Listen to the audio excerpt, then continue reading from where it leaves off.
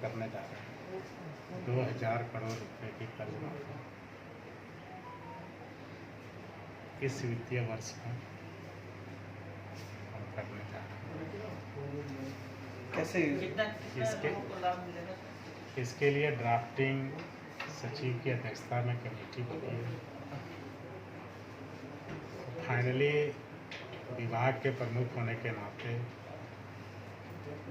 सारा ड्राफ्ट तैयार होने के बाद हमसे अनुमोदन लिया जाएगा, तब हम आपको निश्चित रूप से बता देंगे कि कितने लोगों को इसका लाभ। क्या क्राइटेरिया रहेगा, क्या पैमाना?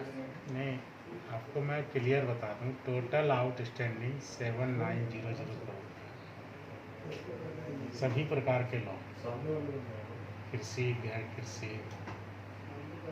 चूँकि जब ये सरकार बनी, विरासत में हमें खजाना खाली मिला, ये बात आपसे छुपा नहीं है।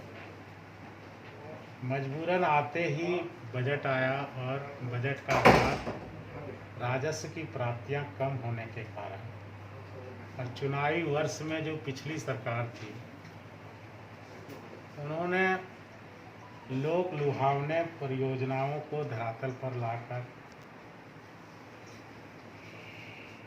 जो पैसे का खर्चा किया था, तो उससे ये ठीक इमीडिएट ईयर था, बजट का आकार हमें छोटा करना पड़ा। और ये बात अखबारों में आपके माध्यम से सब जगह थे कि खजाना खाली है, हेमंत सरकार करे तो क्या करे। लेकिन हमारा मंशा, हमारी भावना, जिस वादे के साथ हम किसानों के साथ चुनाव में गए थे, हमारी नेत्री सोनिया जी, नेता राहुल गांधी, जिन्होंने अपनी सभाओं में कहा था कि हमारी सत्ता आती है तो हम किसानों के कर्ज माफ़ करेंगे। कांग्रेस की जहाँ जहाँ सरकार है,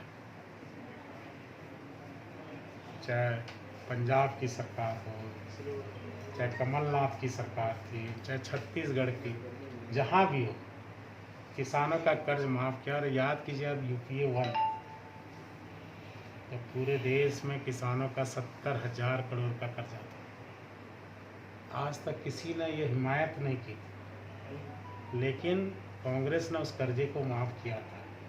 हमेशा हम गरीब, शोषित, पीड़ित, मजदूर, किसान की बात करते हैं। बजट छोटा था, फिर भी क्या हुआ, हमने भले केंद्र से 5 बार VC हुआ, 5 बार हमने उनसे विशेष पैकेज मांगा कि चूँकि GST के तहत जो फॉर्मेट बना है, उसमें सारे राजस्व टैक्स की प्राप्तियां आप करते हैं।